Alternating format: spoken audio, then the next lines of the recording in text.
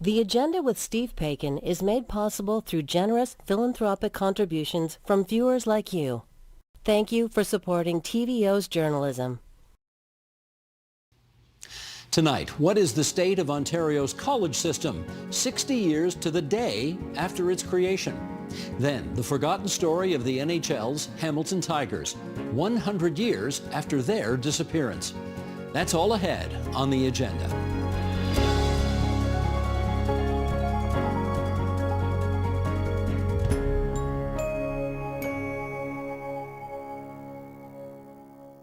"60 years ago today, Ontario's 35-year-old Minister of Education rose in the legislature to announce he was ushering in a whole new concept in post-secondary learning. Bill Davis was that minister. He said people needed more options after high school than simply university or work. And with that, Ontario created a new system of colleges of applied arts and technology. The college system has been a huge success. It's also facing unprecedented challenges these days. So we thought the 60th anniversary was as good a reason as any to check in and see how things are going. Let's have that discussion with Anne-Marie Vaughan. She is president of Humber Polytechnic. Maureen Adamson, president, Colleges Ontario. Lynn Whittam, professor, George Brown and Centennial Colleges. And Martin Redcon, politics columnist for the Toronto Star. Happy anniversary, everybody. I guess we should start 60 years ago today. Let's do a little background, shall we, Sheldon? Bring the graphic up and we'll tell everybody a bit of background about Ontario's college system. The very first one, you got to go back to 1966. It was Centennial College in Toronto. Started with 500 students, mostly secretarial, journalism and nursing courses. 500 students then, 40,000 full and part-time students today. There are 24 colleges across the province. The whole system has more than 500,000 full and part-time students. The newest one is still 30 years old, Collège Boreal in Sudbury. There we go. That's a little background. Okay, Maureen, you speak for the whole system, so I want to start with you. We're going to start broad and then narrow down. What has the mission of the college system been for the last 60 years? Well, the mission has been clear. It has been to ensure that anyone can have access to higher education. Really important that not everyone wants to go to university, not everyone wants to be a doctor or lawyer, and that these colleges are located in communities where the local college can provide the local workforce that's needed to prosper in the communities, and that everybody gets a chance at higher education. And it's in all of those important fields. If you look at the platform of the current government, advanced manufacturing, carpentry, electrification, that's where colleges play a role. Madam President, your specific mission at your specific institution is what? Well, of course, for Humber, we have two missions, really. We really serve the area of Toronto that we're meant to serve in the Etobicoke region. But we also play a role provincially through pathway agreements. We have 31 bachelor's degrees now at Humber. We're moving into graduate degrees. So we like to think of ourselves as being really rooted in the Rexdale, Etobicoke, Lakeshore communities, being global in how we think, but also in providing that pathway opportunity for students within the entire Ontario college system. Lynn, what have you been teaching at George Brown and Centennial? I've taught in the business school in the marketing area at George Brown, and I've taught in the School of Media, Arts and Design at Centennial. And what do you see as your mission with your students? I've had a varied career. I've done lots of different things, but I have to say that teaching has been the most rewarding of all the careers. And so more than working with me at CBC 40 years ago? It's hard to believe. I'm really disappointed to hear that. And I love the CBC, but yeah, no, it's been the most rewarding work. So I have taught students in the degree program. I've taught students with degrees, given them the skills they need to be successful in life. And it has been gratifying. I'm linked into all my students, so I see them navigate their way through their careers. I'm very proud of all of them. And my mission is to give them the skills to be successful in their careers, and I take that very seriously. We wanted you here because you're not part of this system. You can give us a bit of an outsider's perspective on how successful or not you feel the college system is 60 years to the day since it was introduced. What do you see? So amazingly successful, and we're hearing lots of good things. But the question that Bill Davis raised, or his challenge, was something between high school and universities. So colleges do great things, but they can't do everything. And that, I think, is the challenge. that they face today. If you think about what a college professor told me a couple of years ago after I wrote something, he said, universities are about teaching students the why, and colleges should be about teaching students the how. Now that might seem a little severe or a little constricting, but there's been a lot of university creep by colleges over the years, and they may have gotten a little bit ahead of their skis as a result, and there's a little bit of a constraint and a challenge that they're facing in terms of funding. Bill Davis, I can tell you, used to call Kathleen Wynne when she was premier and say, don't let any more colleges become universities. They're all trying to become a little bit more like that.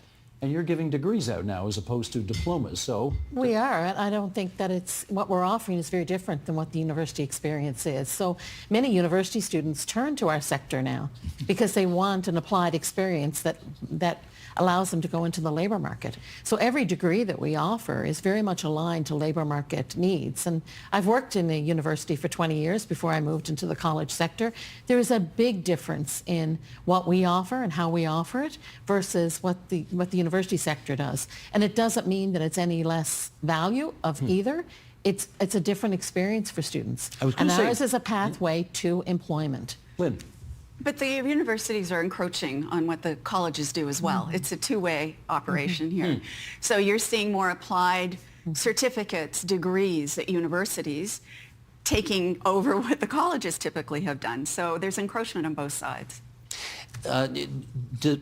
Apropos of Martin's point, though, is it best for the province of Ontario if each side, you'll forgive this expression, sticks to its knitting?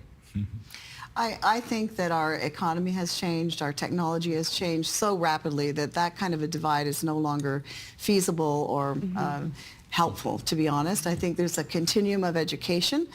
You can start at a college and in a degree at a university or at another college, and I think we have to be nimble, and colleges are very nimble in terms of being able to respond to labor market needs and our new technologies that we're facing every day. In fact, one of the things I started to hear about this 20 years ago, people going to university, getting their degree, and then going to college, because now that they've learned how to think critically, they wanted to get into something more career-focused. A lot more of that happening nowadays, I think. There's lots of that happening, and it goes both ways, to Lynn's point. You know, some are starting in colleges, ending in universities, and the other way around, but you cannot replace the experiential learning that is provided at a college for graduates to be absolutely job ready. And that's just a quick point to what you were saying. If you think about the Quebec system of CEGEP, which was analogous many years ago, people go first into CEGEP and then into university, and there is some convergence, I think, is what we're all talking about here. I kind of threw that grenade in here about university creep by colleges, and I'll throw myself on that grenade for you and say that sometimes it's useful to go to university and then finish off with a more specific job-sensitive finishing school, as it were, at college. But there's no question that there has been university creep by the colleges, and there's a reason for that as well, which is that universities get more money per student, so it's easier to finance the cash flow. So there's all kinds of financial and political distortions that we'll talk about today. But when colleges and universities start to be the same, Bill Davis's mission has changed. Okay, Lynn, I want to bring you in on this, because to the extent that I've talked to people over the years about this, and we hinted at this in the introduction, people are seeing things happening right now in the college system that is causing them a great deal of concern. Well, maybe why don't I just start with you and tell us what your firsthand sort of frontline experience is with what perhaps you might have been able to do 10 years ago, 12 years ago when you started teaching versus today. What's the difference? The students are different. So we have the issue of the international student cap. And after the pandemic, it became even more acute, the number of international students who had come into the system. And it's safe to say, I believe, that there were abuses. There were abuses in terms of recruiters in countries getting those students to the colleges here. Some students used the college system and education as a way to get immigration status in Canada, and their commitment to education may not have been as strong as it should have been. Colleges encouraged international students because of the funding gap. They pay more. They pay much more, and there is a significant funding gap. Anywhere from when the colleges started, and Bill Davis's brilliant vision for colleges, which I think is brilliant, colleges were being funded around 80% of their budget dollars. Today it's in the 20% range. So think about that 80% gap that exists. And so the international students were fueling that financial gap. The problem was that they weren't that interested, and so some of them weren't that interested. Some of them were terrific. Some of them, many of them are extraordinary students and want to do well and want to stay in Canada and contribute, but others just saw it as a pass to the immigration system. Do you think it has been, and look, I appreciate that three of you here today make your living in this system, you love this system, you are champions of this system, but I wonder whether or not the reliance on foreign students and the triple or quadruple tuitions that they have paid in order to be in this system have allowed certain distortions, and either distortions to happen or problems unmet to take place. Maureen, what do you think? Well, I have to say, I think it's pretty broad sweeping statement to say that students came here to abuse the system, to, for strictly certain reasons. And I'm sure there are always those exceptions. But colleges have a very robust quality framework around the kinds of education, the kinds of standards that students have to comply with to be approved to come to a college in Ontario and in Canada for that matter. And I think, that was very robust. Have colleges had to rely on international revenue? Absolutely. In the absence of other funding through the province, there are only several revenue streams that we can rely on, and international is definitely one. Well, let me pick up with that view. So the spigot of international students has been turned off by the federal government, so you don't have that revenue. The province has frozen tuition for 7 years, the Progressive Conservative government, so you don't have that revenue. How strapped are you right now? Well, Humber may be a bit of an anomaly here. We didn't have a drop in international students from last year to this year. We do expect we'll see a drop this year simply because of the approval rates for visas coming from the government. But we were not one of the institutions that had over 50% international enrollment. We had 38%, correct? So what I would say to you is that international students had a higher retention rate. They had a higher graduation rate.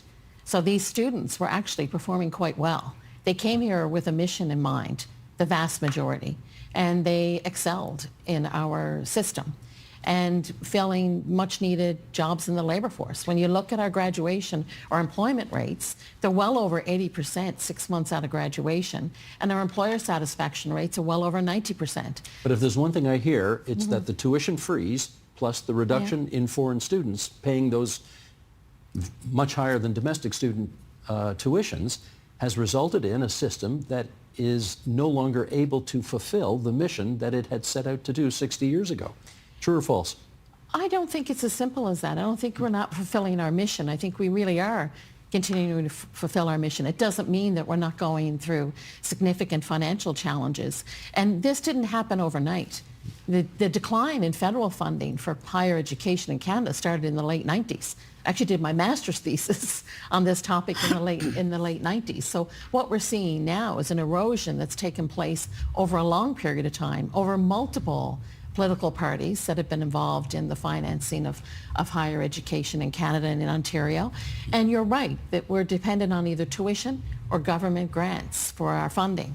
But we do have a public policy objective in Canada that students pay towards their educational experience, and government pay. And so I think that this is a wider public policy discussion that we need to have in Ontario. And it's not just the college sector, it also impacts the university sector. Sure. And it's a wider conversation we need to have. So without pointing the finger of blame at anyone here or at international students who are just seizing the opportunity that was made open to them, at the outset of this show, everyone said that at Humber, at other universities, serving the local community is the most satisfying objective.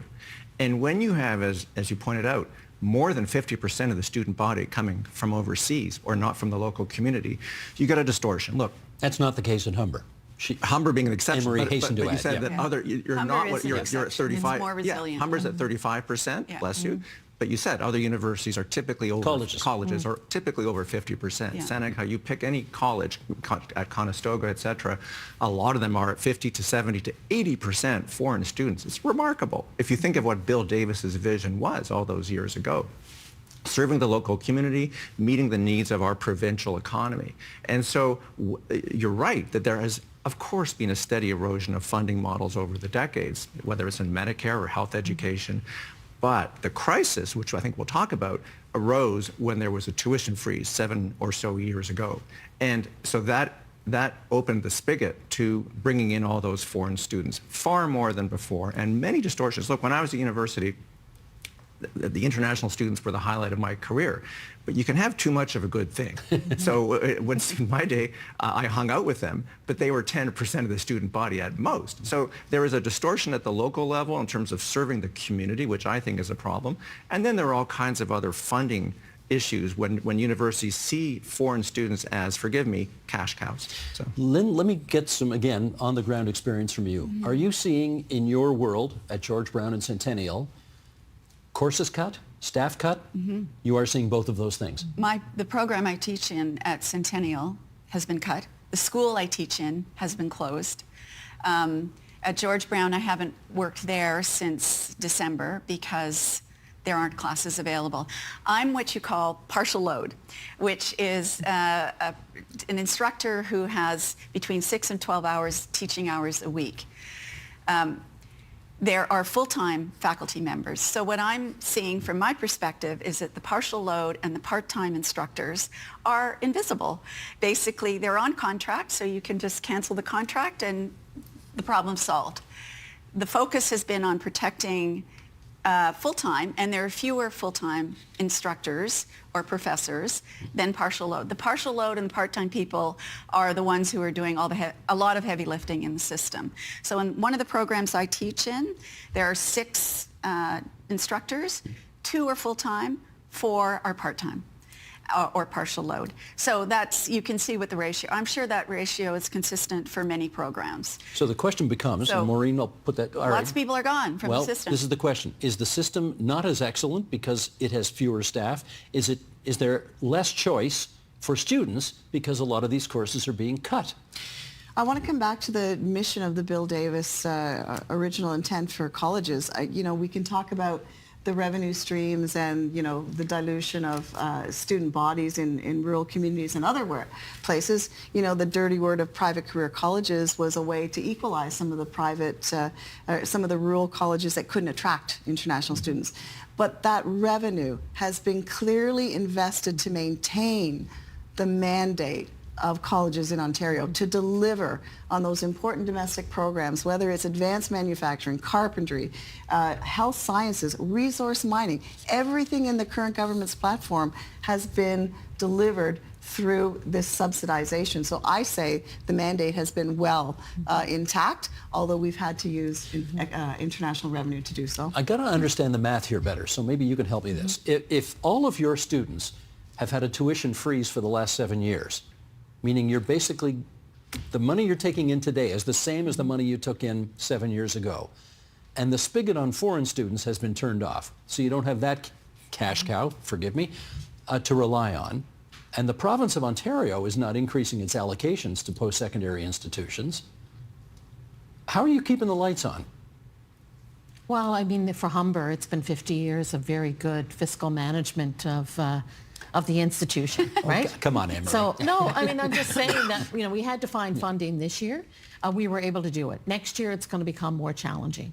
And for Humber, I've also been president of Loyalist College in Belleville. It's far more challenging for more rural campuses. But what I will tell you, in the Auditor General's report, and to Martin's point, that there was not one example that was found that a domestic student was displaced by an international student. Well, I don't think anybody's alleging that. Yeah, nobody's alleging so that. in terms of, but I do think there's an assumption here by the public that by bringing international students in, they've displaced domestic. What they actually did was keep programs stable at many of the rural campuses because they might only have 10 domestic students and they can offset that with 10 others. But with correct? respect, that's there's not a displacement, but there's a distortion of the orientation. And I think we heard that earlier from Lynn, I believe, that when 60% of the students aren't from Ontario. As much as I love foreign students as a stimulating way to broaden the mind, then there may be language challenges, there may be other career challenges that are just different. You can't pretend that a class or a campus that is 75%, let's say, international students is as focused on local needs. But I'm not blaming the universities or the colleges for that, sorry.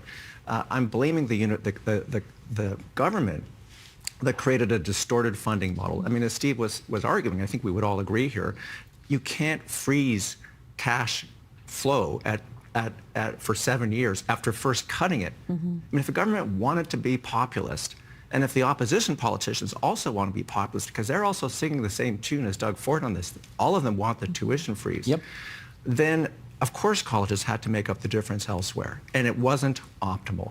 And what's interesting is that Bob Rae was chosen by the Liberal government about 2 decades ago to do a report, the Rae report on tuition, which recommended a former socialist premier recommending higher tuition levels, along with Richard Johnson, and Bill Davis was on that committee as well, and Don Drummond. So the Blue Ribbon panel that was brought in 2 years ago recommended a tuition increase of 5% followed by 2% increments. And the government keeps rejecting its own Blue Ribbon panel. Well, I would say, though, that tuition is worth more to the universities than it does to the colleges. Because of our access mandate, our tuition is lower anyway.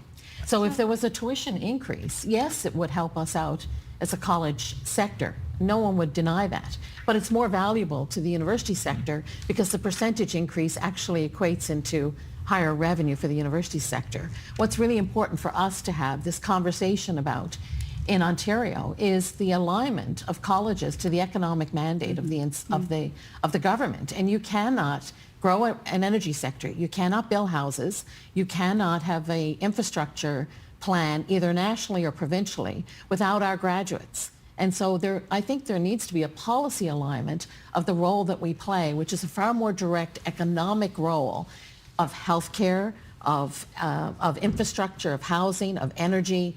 If you think about the mining sector, the vast majority of those graduates are going to be our graduates. There needs to be a real deeper policy look at the work that we do and the alignment of that policy with the economic agendas that we're going to see both federally and provincially, and an understanding that it's our sector that's going to fill those jobs. But is that very happening? quick point. Is that I was actually just going to happening? say, I think it is happening. No, it's not happening. So you've the got, alignment is not happening. The alignment's not happening. Construction management, project management, for example, eliminated at 2 colleges. Those are the people you need for this housing issue that we're facing to build new homes. And I think Humber really is in a different situation than most colleges. What we're talking about, and I don't know where the aggregation of the numbers of people laid off, programs canceled, it's not anywhere. I don't know where it is, but 400 at Fanshawe, 450 at Mohawk, and it all comes out in dribs and drabs. And some colleges aren't even saying how many people are being laid off, how many programs are being cut. So we don't have a clear picture of what the college sector looks like right now. And I would suggest it's in a bit of a crisis. No, it isn't a crisis. Things are having to happen very quickly to address the budget issues. Colleges are making alignment errors in terms of the programs that are being canceled. They're trying to align them to what the federal government will allow international students into rather than perhaps what the economy requires. So there is a crisis happening. And when you think back to Bill Davis's vision, which I think was brilliant, when I first came into the college system to teach, I had no idea the work that was being done by the colleges and how extraordinary that was. And I just see it being squandered right now. I see it devolving. Oh, Mark, just a quick follow-up to Anne-Marie's point. I think there's a misapprehension, not at this table, but in this province and by this government, that just throwing money, funneling money to the skilled trades will answer the economic challenges of Ontario. That if you create apprenticeship programs for carpenters or other building trades, as valuable as that is, that somehow will allow the province to meet the needs on autopilot. You still need the construction managers. You still need the people, the aeronautical engineers or the people with aeronautical training which is much more expensive at Seneca or other colleges. And you can't just create carpenter halls. Again, this is not to diminish that role. It is not, however, displace, or that does not replace what colleges do. You have to have both. If I may, colleges still provide 80% of all the in-class training for trades and technologies in Ontario. Colleges produce 31,000 trades technology graduates in a year. Those particular TDAs produce about 7,000. So to your very point, I think there's room for colleges and trade unions, but let's not forget, colleges are still 80% of that marketplace. But if you think of the campaign trail in the last election in February, Doug Ford and his ministers were always going to align with the building trades, and I didn't see them very often stopping at college campuses to say, here, we're making up what we took away. Well, let me do a follow-up with you on that, Maureen. I'll pluck an example out of thin air here. Ontario Tech, which I think is traditionally anyway very aligned with the auto workers because they're making cars not too far away from where Ontario Tech is in Durham region. Does the private sector, does General Motors, does Unifor, do the auto workers, do those unions have to play a bigger role in whatever it is that colleges do there in order to make this work going forward? When I look at our economy, we've got, definitely a structural deficit in all the important programs that you talk about, Lynn. Those are the ones being cut because we can't afford to deliver on those ones. And I think about that. I think about 500,000 jobs that we're trying to fill. I think about fighting tariffs.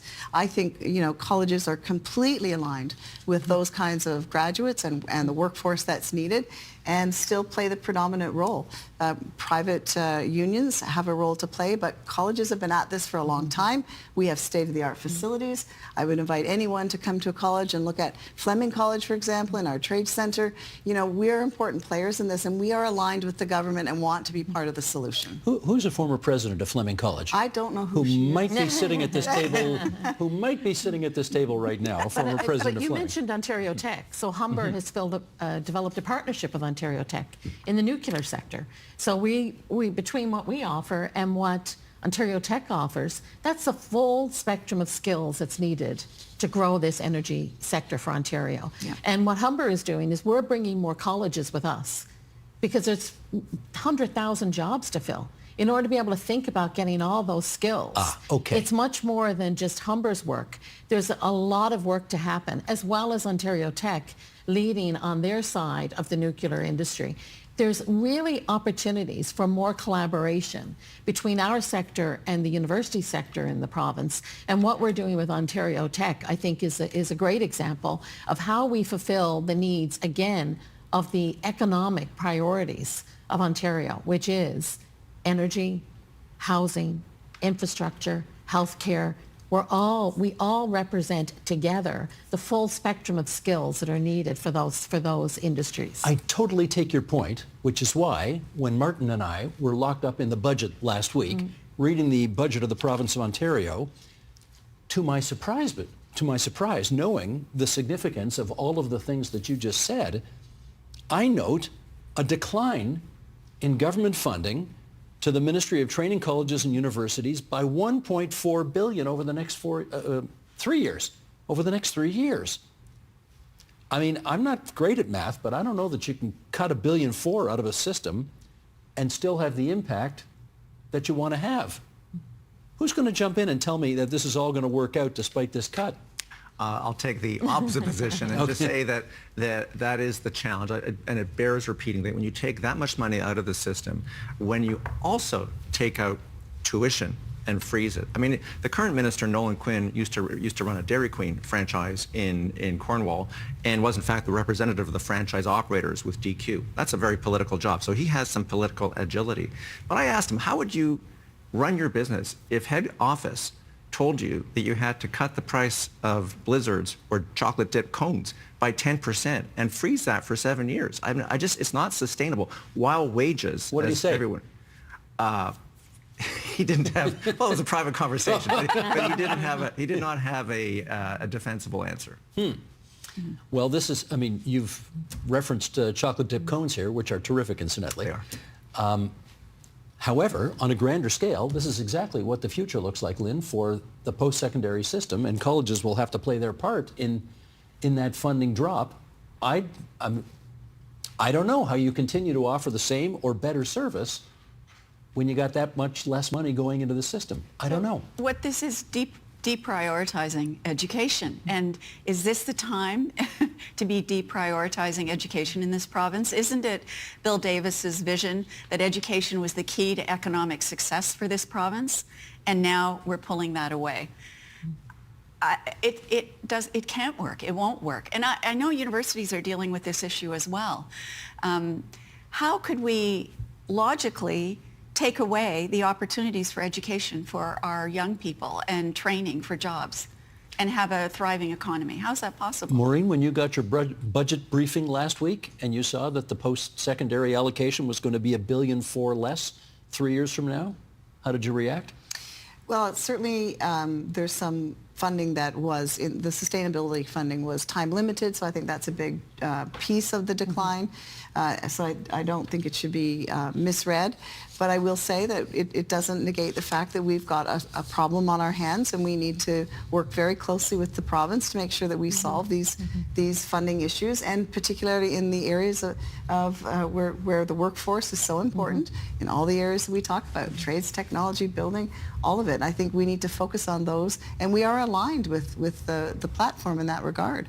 But we need to work together. I think what Maureen's referring to was that there was a one-time billion plus ad hoc supplement, which is what the government is doing, rather than listening to its own blue ribbon panel, which said bring in a couple of $1 billion and raise tuition and so on. They brought in less than half of that, and they do this in a piecemeal way. It doesn't apply to base funding, and it's not going to get the job done. But at the end of the day, it's about politics, and colleges are a political football. And part of the challenge, I think, for everyone at this table is that voters do not seem to be seized of this issue the way they are about kindergarten to grade 12. When there's a walkout or a challenge in K to 12, parents are clamoring for action from school trustees. But when it comes to colleges and universities, young people don't vote in the same numbers. They just don't. And parents don't seem to be as motivated on this issue. And so politicians from all parties can get away with it. I absolutely agree with you on that point. I do believe that it's interest group dynamics that will impact public policy. And we really need the public to be conscious of the role that we play in society. And you can't say that we don't have access to health care without funding the system that provides nurses and PSWs and technicians in the healthcare sector. So there has to be, that's going back to my point of the alignment of our policy objectives with other policies, whether it's healthcare or economic policy of the province. We need the public to really understand the direct relationship between those two. You can't grow a life science sector without the people to be able to do it. You can't have energy autonomy without the people to be able to do it. And I think from a public perspective and a public policy perspective, we have to do a better job of making sure that the public understands where we are and the support that we need from the public, because governments respond to public policy. And that's where I think we could do better alignment as a system to be able to advocate more for what we need to be able to be that partner with industry, with employers, and for the public itself to have the services that they would like to see. Lynn, I want to ask you whether you feel that the students that you encounter will be as ready to face the future in light of everything we've talked about now going forward. I think that's a really good question. So one of the things that I noticed about colleges, and I spent a lot of time at university, but colleges, innovation is faster, it's more responsive. Right now, the programs I teach in are trying to integrate AI into the teaching, looking at the impacts of AI, et cetera. And so I think, when you talk about what's the future going to look like, what do we teach young people now to be equipped for the future? I would argue that some of the colleges are in the best place to innovate around that issue quickly and implement quickly. So losing that capacity in the educational system, if it's not funded and prioritized, is going to be damaging to the economy, to young people as they try to navigate in this world that's so uncertain at the moment, because they won't have the skills to understand that world and where the opportunities lie. Maureen, I'll give you the last word here. It has often been said that the college system is the envy of the world. Bill Davis sent his colleges and universities minister to Iran 45 years ago because they were interested in building the same system we have now. do we still have a system that's the envy of the world? I think we do have a system that's the envy of the world. Do we have some challenges and some financial challenges? Absolutely. But we have the kinds of faculty, we have the equipment, we have the curriculum, we have industry partnership. We can still be the envy of the world. You know, Bill Davis once said, you get education right, everything else falls into place. On this 60th anniversary, are we getting education right? Yes, we are. I got a yes here. We could keep the debate going, and I think there's a lot more we can do, but I have a different perspective. I've worked in another province. I've studied in 2 other provinces. And let me just say that the student experience in the Ontario college system is exceptional. And that's where I keep my eye and focus, is making sure that our students have the best experience so our employers get the best value of the students that we produce. And I would say, continue to say, that the Ontario college system is a jewel in the Canadian higher education landscape. Can we do more? Absolutely. Could we have more funding? Absolutely. Are we at risk? Absolutely. But Bill Davis's vision was profound 60 years ago. And what we provide to students in our communities today is of the highest value of quality, of exceptionality, and our faculty are exceptional. The staff that work at these institutions are exceptional, and I can't think of a better place to be. Last word goes to the president of Humber Polytechnic. That's Anne-Marie Vaughan, along with Lynn Whittam, who's been teaching at George Brown and Centennial Colleges for the past decade and more. And on the other side of the table, Maureen Adamson, president, Colleges Ontario, and Martin Regcon, whose stuff you read in the Toronto Star. Thanks so much, everybody, and happy 60th anniversary. Thank you. Thank you. Thank you. We are where you are. TVO's current affairs journalism is available across platforms across Ontario, on Roku, Amazon Fire, Apple TV, and more. Catch The Agenda, The Thread, On Poly, and other podcasts, docs, and video series on the device of your choice when you choose. For millions of Toronto Maple Leaf fans, this season came to yet another ignominious end with yet another early departure from the Stanley Cup playoffs. But 100 years ago, there was another NHL team in Ontario which, if you can imagine, had a worse fate. The Hamilton Tigers were set to participate in the playoffs when the players decided to go on strike unless they received extra pay for those playoff games. What happened next? Well, Meyer Semioticki is here to tell us.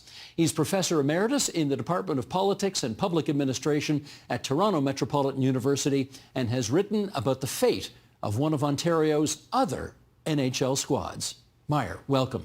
Great to be with you, Steve. And people who will recognize your last name, Maddie, who's been on this show a lot, is your kid. That's right. So we put that on the record. There we go. Let's set the scene. The Tigers are a 5-year-old NHL franchise having moved to Hamilton from Quebec City. Were they any good? They were horrible for the first 4 years, and then bingo, they hit a jackpot. They recruit some crackerjack players, and in their 5th and final season, they are the first place team in the National Hockey League. Most people don't know Hamilton had an NHL franchise for 5 years. They should still have one today. That Tiger still should be in the league. We agree on that. Right. And a number of circumstances led to basically them being transferred out of Hamilton. Hold on, you're getting ahead of yourself. Let's wait. It's a heck of a story. Sheldon, bring up the wide shot if you would for a second, because that's the logo. This is the Hamilton Tigers logo, right? And then bring the team picture up, because this was this is what hockey teams looked like 100 years ago. These are the guys, right? Those are the Hamilton Tigers from back in the day. Now, the NHL at the time, and just I guess for people listening on podcast, we should say, this is a pretty scratchy looking outfit here. They got hockey sticks, they got sort of uniforms, and a couple of guys in fedoras on the left end of that shot, who I guess would be the owners and management. Now, the NHL at this time, like we're 32 teams in the NHL today. It's 4 teams back then, right? Yeah. The league is has just been founded, and it is fledgling. It is fragile. It could be on the verge of collapse. Not only are they a 4-team league, but they start as a 3-team league. We like to talk about the original 6. There's no original 6. There's an original 3. When the NHL started in 1917, Montreal, Ottawa, Toronto are the 3 teams. 2 years later, Quebec City gets a franchise. They hang around for a year, they get sold and transferred to Hamilton, where they become the Hamilton Tigers. This is in the early 1920s when hockey, and really all of what we now consider the major sports, baseball, football, they are commercializing, they are professionalizing, and they are becoming a part of mass North American entertainment. Although at this stage, all Canadian teams. All Canadian teams. But there were plans to go to Boston and New York, right? Okay, so what's going on is there's a competition among different team owners and leagues to become the preeminent league in the sport of hockey. There's a team on the Pacific Coast with professionals, many of whose players are in the Hockey Hall of Fame, great players. Same, there's a Prairie team league, the Western Hockey League, and there's this new fledgling National Hockey League. And then by the early 20s, they realize the fans and the money is in the United States, and they are all desperately strategizing to get franchises and teams in the United States. And that's going to be Hamilton's undoing. And just so people know, the Stanley Cup final back then was the best team in the NHL playing the best team in the Western Hockey League. Exactly right. Okay. Yeah. So it was not just an NHL That's thing. right. Okay, so let's go back 100 years. It's 1925. The regular season has ended. Yeah. The Hamilton Tigers are the #1 team heading into the playoffs. And what happens? Okay, so what happens is that season, 24-25, the NHL has a success. They bring 2 new teams into the league. One is a second team from Montreal, the Maroons. The second is the first American team, the Boston Bruins. The Boston Bruins are the first American team. So the league goes from 4 teams to 6 teams, and they increase the length of the schedule from previously 24 games to 30 games. The players, meanwhile, have mostly signed multi-year contracts, and they say, one could say rightly, you're now asking us to play 25% more games here. What about our salaries? And so by the end of the season, the Hamilton Tigers players decide that because they're the first place team, they get a bye. They don't play in the semifinals. They let it be known to the league officialdom, they're not playing unless they get extra pay. The players on the other teams had all been made whole by bonuses by their team owners, not the Hamilton owner. And that owner picked the wrong group of players to try to stiff. Let's do an excerpt here from a book that was put together by the National Hockey League on the occasion of the centennial. This is some years ago.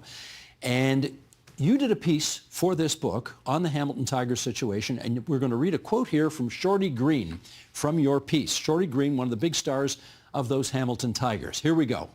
Professional hockey, you write, is a money-making affair. The promoters are in the game for what they can make out of it, and the players wouldn't be in the game if they didn't look at matters in the same light.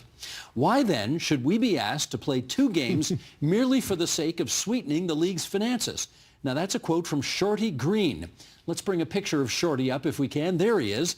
Who's Shorty Green, Meyer? Shorty Green is an amazing guy, and if anybody out there watching or listening happens to have this 1924 hockey card of Shorty Green, I'd be very interested in the conversation, and so would hockey card collectors. It's worth about $2,000. Okay. Shorty Green is born in Sudbury. The coup that the Hamilton team engineers, how they get from being worst to first, is they raid the Sudbury Wolves amateur team. Shorty Green is from Sudbury. He plays for the Wolves. Hamilton signs their 4 best players and brings them to Hamilton.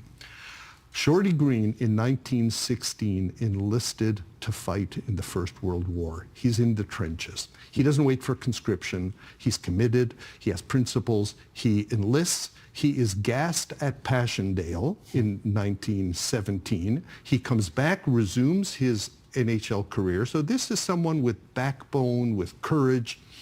He's not going to stand for being pushed around by, the strong arm of the NHL president, Frank Calder. And he makes it clear to the team itself, commits that they will not play in the NHL final against the winner of the NHL semifinals unless they're paid extra money. Enter the villain of the piece, in my eyes, Frank Calder. We got a shot of him. Sheldon, bring up the shot of Frank Calder. Longtime president of the National Hockey League. After whom 2 trophies are named. Yeah, that's right. The Calder Trophy for Rookie of the Year in the NHL and the Calder Cup for, I think, American Hockey League Supremacy. Supremacy. So Frank Calder is a no-nonsense, his way or the highway kind of a guy. And when the Hamilton Tigers and Shorty Green announced that they're not playing unless they get this extra money, Calder counters by saying he's going to suspend all the players, he's going to fine them, and he will disqualify the Hamilton Tigers from playing in any further in the playoffs. Shorty Green and his teammates decide they're sticking to their guns. Frank Calder says, and this is an important quote of his from the period, he says, "I'm here to protect the investment of the owners, and I'm going to make an example of these players. We're not going to have a league and a business operation where the players are dictating things to the owners." Now, I'll just say quickly, I don't think it's an accident that Shorty Green and 3 of his teammates on a 10-player team, that picture we saw, it's only a 10-player team. 4 of them come from Sudbury and they're playing in Hamilton. Are there 2 more grounded labor working class towns in Ontario at the beginning of this century than Sudbury and Hamilton? I don't think so. And this is what played out. Well, let me put Frank Calder's argument to you and see what you think about it. Frank Calder's attitude was, we have signed all you players to play a particular period of time. You are contracted to play however many games we decide you need to play within that period of time. So you're not entitled to more money. How did that go over? Okay, it didn't go over well, and the players didn't go for it, obviously. They did point out that because the season started earlier, they had to report to training camp before the contractual period that Calder was invoking as their term of employment. In other words, they were called into the shop before they were supposed to be on duty. So I think his argument loses some weight there. But in a way, you could see this through a sort of labor history lens. Like, there's nothing unusual here. It's a group of employees and their employer, and they're at a standoff about wages and benefits and working conditions. And Shorty Green, towards the end of his life, was interviewed by the great sports writer Milt Donnell. And Toronto Star. And Shorty Green said in his later years he would do it again tomorrow. That the owners were in it for revenue and were going to take and skim as much as they could, and the players had to stand up for what they thought was right. Did they understand the risk they were taking? I think so. Short answer, I think so, because I think that one of the counter ultimatums that the players put forward was, if you ever want us back in this league again, we're only coming back as a team of 10. You're not going to cannibalize us. Like, we're not going to, if the owner tries to trade some of us thinking we're the troublemakers, that's not going to happen. We're only returning to this league as a full complement team. It speaks to the spirit, the connection, dare I say, the solidarity that they had as a team. Well, President Calder was having none of it. He decided the Hamilton Tigers were done. They handed the they handed the NHL championship to the Montreal Canadiens, who went out west to play the Western Hockey League champions for the Stanley Cup. and lost. Right. Can The I just Habs jump lost. in for a second Sure. here? That would be the last year that a non-NHL team won the Stanley Cup. Okay. Victoria beat the Montreal Canadiens to win the Stanley Cup in 1925. 3-1. Yeah. You only needed to win 3 back then. So the Hamilton Tigers moved to New York City. Yeah. And become the New York Americans. Americans. What happened to them down there? I guess they discovered New York's a fun place because they were terrible. They had some injuries. They also discovered the temptations, I guess, of the big city. But did any of the Hamilton Tiger players who The whole refused to bunch. play, The whole bunch. they all went to New York? They went as a team, except for 2 players who were married with children who decided to stay in Hamilton. And this is interesting. And Shorty Green said, the rest of us are perfectly fine with them deciding not to come with us. That they're in a different situation than us being married and having young children. So a couple of things happened. One, and this I think is a very nice touch. Strike leader Shorty Green scores the first goal ever in Madison Square Gardens. The opening game was the New York Americans against the Montreal Canadiens. New York loses, but Shorty Green scores their one and only goal. This is the old Garden, not the one today. It's the old Garden. Well, in its day, it was the newly refurbished 17,000 seat artificial ice arena built in New York. This is what's going on in the 1920s. Like professional sports has become this kind of commercialized mass appeal, both sport but also in industry. And the move of the Tigers from Hamilton to New York actually begat a bit of an explosion in the United States. Yeah. Tell us about that. Okay. In one sentence is, if you could make it in New York, I guess you could make it anywhere. They are a terrible team on the ice. They don't make the playoffs in their first season in New York, but they do gangbusters at the box office. So much so, the owner of Madison Square Gardens decides he doesn't only want to collect rent from a hockey team. He wants to own a hockey team and play it in the Gardens. He thinks there's enough of a demand in New York to support 2 teams. Enter the New York Rangers. And then the following year, enter the NHL is Boston, is Chicago, Detroit, and Pittsburgh is also in the league.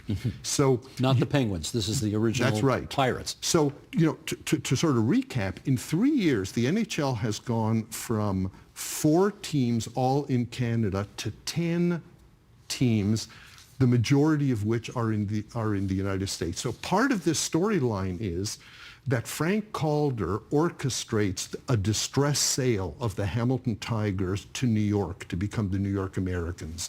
And out of that, you now have this legacy of we're waiting 30 plus years and counting for a Canadian team to win the Stanley Cup. The NHL headquarters moved from Montreal to New York, and each president of the league now seems to be an American.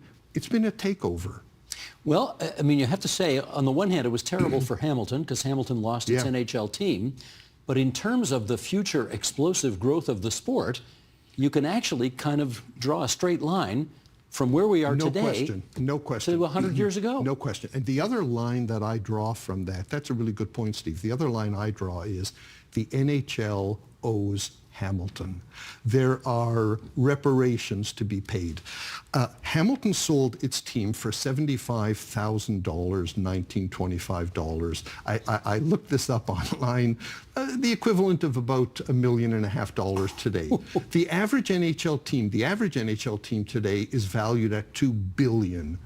The NHL on a 100th anniversary like this should reflect back and say, we kind of, number one, there was an injustice here. The players had a legitimate issue and cause. We should have handled their situation differently.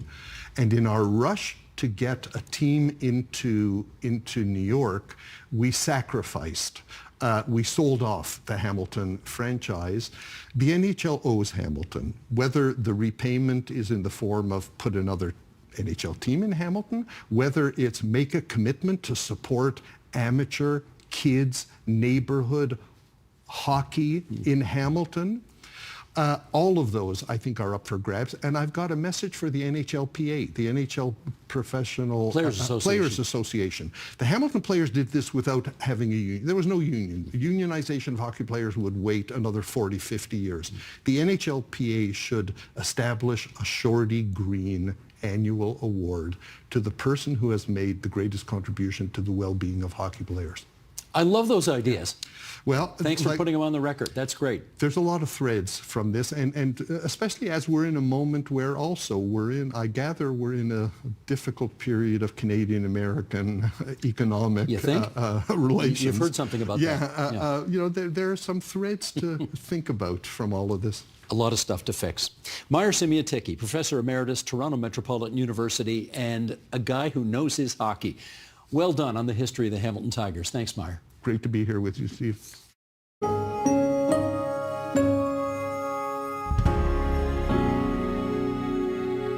And that is the agenda for Wednesday, May 21st, 2025. A note before we leave. May is Leave a Legacy Month, a time to think about the mark we leave on the world. So our philanthropy department here at TVO asks, have you created a will? It's, of course, a way to care for your loved ones, but it's also a way to support the causes that matter most to you. We'd love you to consider TVO as one of those causes. Whether your legacy is big or small, it matters. The first step, talk to a qualified legal advisor and make your intentions clear. That's it. That's our pitch. Now, tomorrow on the program, the Globe and Mail's Andrew Coyne on his new book examining what he believes is our Canadian democracy in crisis. Hope you'll join us for that. I'm Steve Paikin. Thanks for watching TVO, for joining us online at tvo.org, and we'll see you again tomorrow. Next week on the agenda. Perhaps there was a mood of complacency, and Donald Trump has, and those like him in other countries, because he's not just an American phenomenon. Look, this kind of fascistic politics is on the rise everywhere. It's on the rise in the continent of Europe. It's on the rise in South Korea.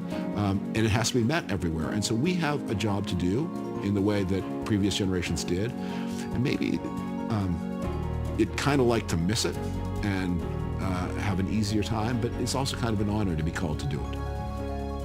That's next week on the agenda.